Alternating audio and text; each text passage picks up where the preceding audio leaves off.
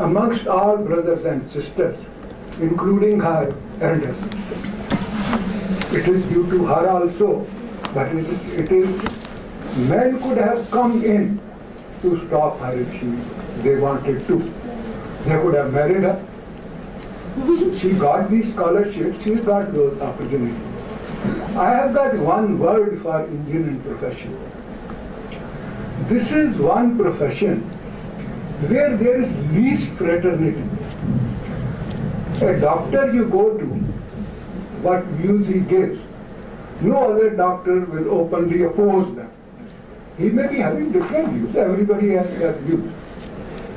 Second is that, like this young lady said, unless you stand up yourself, I am sad to say that very few engineers who have stood up, those who have done well, they have gone to management.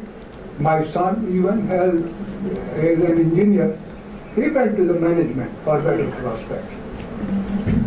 Then, you see, if the profession itself cannot give incentives to them to progress in that, one lady said that it is they themselves, I think probably she said.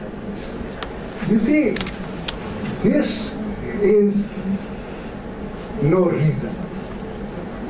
After serving as an engineer, pardon my length of the speech, because it is very relevant.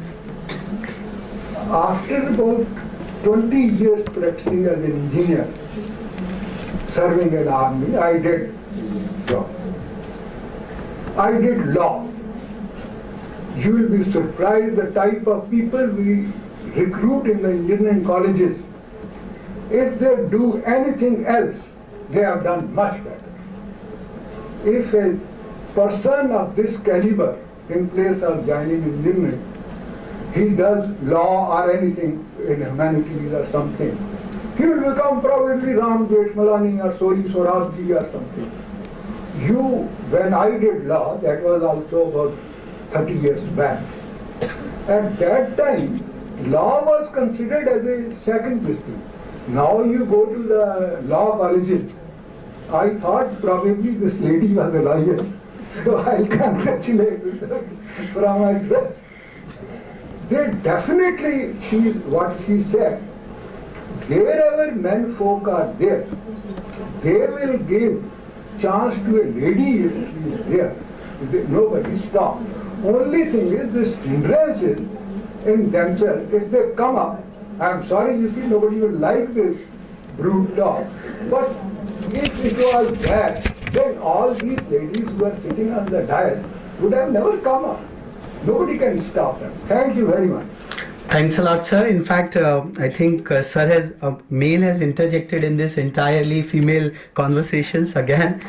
And the point he has made that probably we can interject again what sir has said, that it's the women themselves who is, there are hindrances, there are challenges, but it is all within themselves.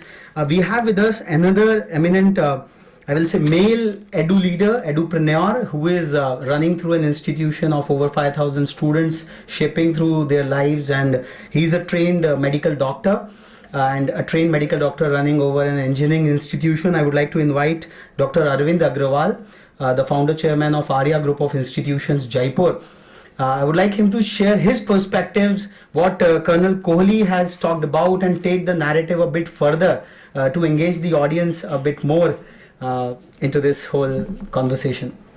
Thank you, Engineering Watch. This is a great privilege for me to stand in front of such a eminent personalities and scientists.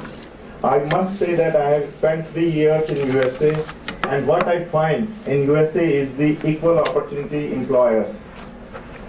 So what we need for the next 20-30 years, the national agenda should be there, that women empowerment should be there, women employability should be there, and there should be equal opportunity should be created for the women, or maybe special opportunity may be created for the women, because our workforce, if you see the contribution of female workforce in our GDP is less than 15 to 20%, and our 70% of the workforce as a female is engaged in doing the household activities, which I find very funny.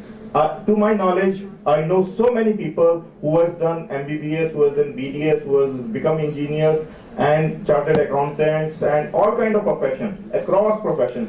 But after getting the education, they are handling the household. That is a very sorry state of affairs. I please urge everybody to make sure once we educate our female and our daughters and our women folks, they should be productive. They should positively contribute towards the GDP. Their contribution should come in the production sector.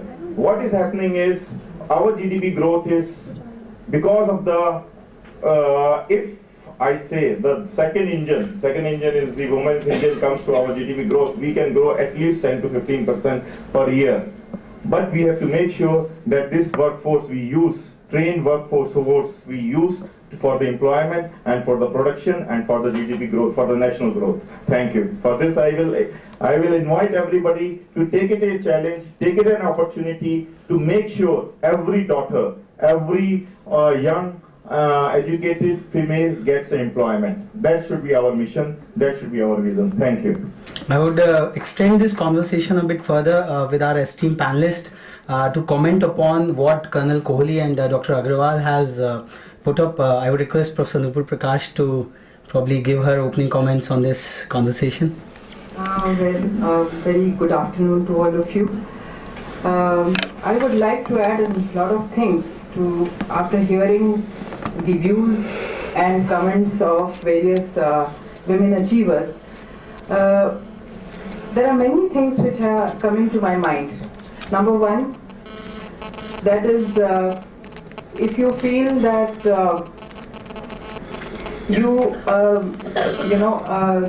it is your parents, your husband, your family who have brought you to this level, who have actually enabled your success. It is very true. But at the same time, you cannot reach this level unless you have it within you. So what I want to say is that capability is gender neutral. And if you have it within you, sooner or later, you will get your due, you will get recognition, and you will make it to the top. Never work to get the highest seat in the organization. You should try to excel and do the best and try to put in your 100% to whatever you are doing. I would never consider a woman sitting at home to be unproductive. In fact, a housewife, a homemaker, does a very important task by staying at home and looking after the career of many people in the household. So, my view on a homemaker and a housewife is that she is not at all unproductive in any which way. She is the woman behind the success of the entire family. So, she is like an unsung hero who does not get her recognition, and she is the one who actually should be felicitated on all these occasions. Apart from that, I heard the views of other achievers, women achievers, that every day is a Women's Day. That is very true. But in a country like ours, where for generations women have been neglected, they have been deprived of, let's not even talk about higher education, but even basic education. So in a country like ours, where women have been deprived of basic education, it is very important to celebrate this day. It is very important to change the mindset of the people around us, and especially our male counterparts. Because despite the fact we know that every single day belongs to a woman, we should celebrate this day to make a statement and to make our presence felt and the kind of impact that we have made on our society. In fact, the Nobel laureate Amartya Sen has very rightly said that our population comprises of 50% of women population. But unfortunately, in few countries like ours, our workforce, which is 50% workforce, women should be contributed towards the economy of the country, towards the economic growth of our country. But that is not happening. Very few women are in the senior position, in the leadership positions, and most of the women who are part of the workforce are at the junior level. What could be the reason? The reason could be within us. Maybe we have conditioned, I'm not talking about us as individuals, because we are all high achievers and we have brought up our daughters in a way that they definitely reach very high levels and they reach. But in general, the women are not occupying senior leadership position. Only 5 to 10% women in India are reaching the top. Whereas across the globe, 20% women have been able to make it to the leadership position. The reason for this is the kind of country, the kind of culture that we are living in, and the conditioning of the mind that is done right from the childhood for the girl child that we bring up in the society. I am very fortunate that I am heading a university which is exclusively for women, and it is the first of its own kind which has been established by the government of Delhi as Indira Gandhi Delhi Technical University for Women.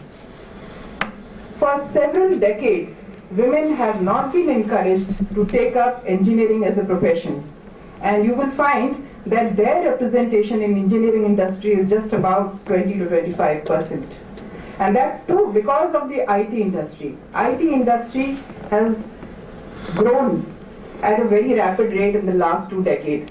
And that has been the biggest reason for the women to participate in the engineering workforce. But at the same time, I would like to add that women are blessed with creative skills, networking skills, and many other soft skills which help them become a natural leader. And they are not only creative, but they are also very good coordinators, and they also understand the science, the technological aspect and the science very well, which gives them an edge over their male counterparts. We at our campus are admitting 300 women engineers every year to our BTech programs, MTech programs, MCA program and PhD program. And we find that the companies are thronging our campus in thousands, in hundreds, to recruit women engineers, because in the last 1 decade, the girls have done extremely well in the engineering profession. And therefore, the companies are visiting our campus over and over again just to recruit women engineers.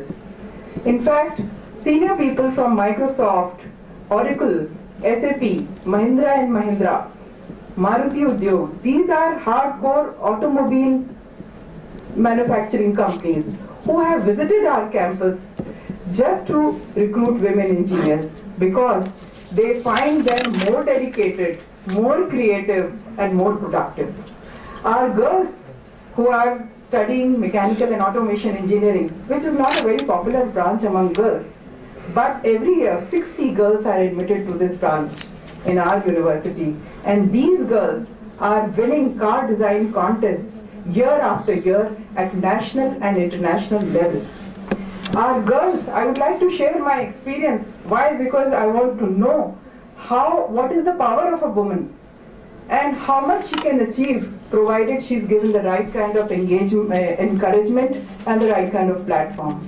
Our girls have been going to international events in Malaysia, Australia, and they have won Green Vehicle Award. They have won award for designing a super mileage vehicle, which gives an average of 130 kilometers per liter, which is incredible. And they have, last week, my girls have won a chairman's award of 1 lakh among 126 teams which have participated from the entire country for that car design contest. And our all-girls team stood at the 56th position, but they got the chairman award for all-round performance. Their vehicle withstood the endurance test by completing 20 laps of a very hostile terrain, because the kind of vehicle they had designed, it did not catch fire and it went on and on and on, whereas other cars which were designed by their male counterparts, they all broke down. So there's so much to share and so much to talk about, because women are now leading every front, every area, and it is only in our mind that we find any kind of barrier. And as my professor, Dr. Ritu Barswal said, that you never feel you are a woman, because you feel equal. It is because of the way you have been treated in your family, at your workplace, that you always feel, you don't feel discriminated at all. And if you are performing well, then there is no such thing as a glass ceiling. If you are good, if you are committed, if you are passionate about what you are doing, then you can shatter all kinds of glass ceiling that comes your way. So thank you very much, and wish you all the best. Thanks a lot, ma'am, for these inspiring words. From Professor Nupur Prakash, heading the Indira Gandhi Technical University for Women, I would now request Professor Dr. Balwinder Shukla, who heads a heterogeneous university, one of the finest and the earliest private universities in the country, Amity University, Uttar Pradesh, about her experiences and her inspirations. Yeah, first of all, I would like to thank the Engineering Watch for being among the achievers today. I come from a very small village in Uttar Pradesh, which is now the part of Uttarakhand, Halrani, near Halrani. And in our times, because my parents migrated from Punjab and originally from Pakistan, and in our community, and especially I belong to farmers' family, and in farmers' family, and especially the girls were not sent for education, and if you have a school within the village or something, you can go, but going out of village was not at all permitted. I am talking of 1967 and something like that. And my father, he always had a dream that that all the poor children should get a good education. And so we had a school about 6 kilometers away from my village to some other village. So we used to walk every morning, and in the evening come back. And to be very honest with all of you, that initially I was not interested in studies. I was more interested in playing with the toys and all those things. So I used to run away from the school and play with the school, village children, and because that was the more interesting. But my father continued, that I must study. And it was somebody in the school, and I cannot forget this boy in my life, who challenged me. He said, you can't do anything in your life. And we used to have in the school a contest, that the small plots where you grow the vegetable and something. And he said, my plot was next to him, and he said, you see that you can't do anything, at least do something in this plot. So this challenge came, and I said, okay, let me grow something, some vegetable or something in that. So he grew the carrots and I grew the radish, the next to each other's small plot. And that created interest in me, and he every day used to say that I will get the first prize and you will get the last prize. And so that again, at least I should beat him, that I should get the first prize. So worked very hard for that, and then finally the last judgment day came, so that both of us got the first prize. So I was very happy, and I said, see, if you got the first, I also got the first. He said, so what? But you are not good in studies, you don't study at all. So will you take your prize and go home? So, that was another challenge came to me, and I think that's where I got interested in the studies, and it became regular to the school. And so my father, when we were small, so we had all the cousins, brothers and sisters, so there was in our family the tradition that every night before we go to sleep, one story will be told, which can inspire a person. So one day, like while we were, having all the discussions, so my father asked all the cousins and my brothers and my cousins that, what you want to be in life? What you will. So my elder brother said he would like to be a farmer and he would like to own number of tractors and big farm. So my cousins also said, because we belong to the farmer's family and that's the way that everybody. I said I want to be something and I want to be Mrs. Gandhi. And that's because in villages at times the Mrs. Indira Gandhi used to be considered, the brave leader. I said I want to be Mrs. Gandhi, and I didn't know any idea, what does it mean. And so my father, he said that, but how you will become, because if you don't study. And so I said I promise to you that, that I will study well. He said, okay, you will continue to study as long as you get the one danda means first division. And the day you get the two dandas, you will be made to sit home. With God's grace, that I topped the board. We used to have the 5th board also at that time. I topped the 12th. I reached to the university.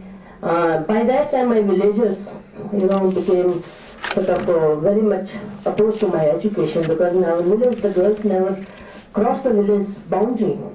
And so a lot of people were opposing to my father that, are you going to make her officer?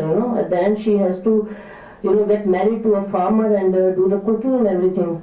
My father said, I don't know what is in her destiny. That only the God knows.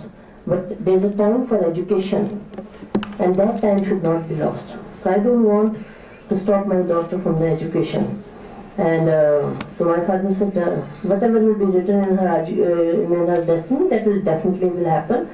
And so I'm not worried for her marriage. So after while I was in the university, then I went to IIT Kharagpur. So I've done my masters from there. And while I was in IIT Kharagpur, all my friends, they were applying for a scholarship to US, mostly to US. And I don't know why I chose to apply in UK. I applied for my doctoral work in UK, and I got the scholarship from the Ford University. But I chose to go to the Queen's University, UK. After doing my doctoral, I worked with the Bloomington State University, USA, and Calgary University, Canada, before moving back to India, because one of our professors said to us that you go across the globe wherever you want to go, but come back to your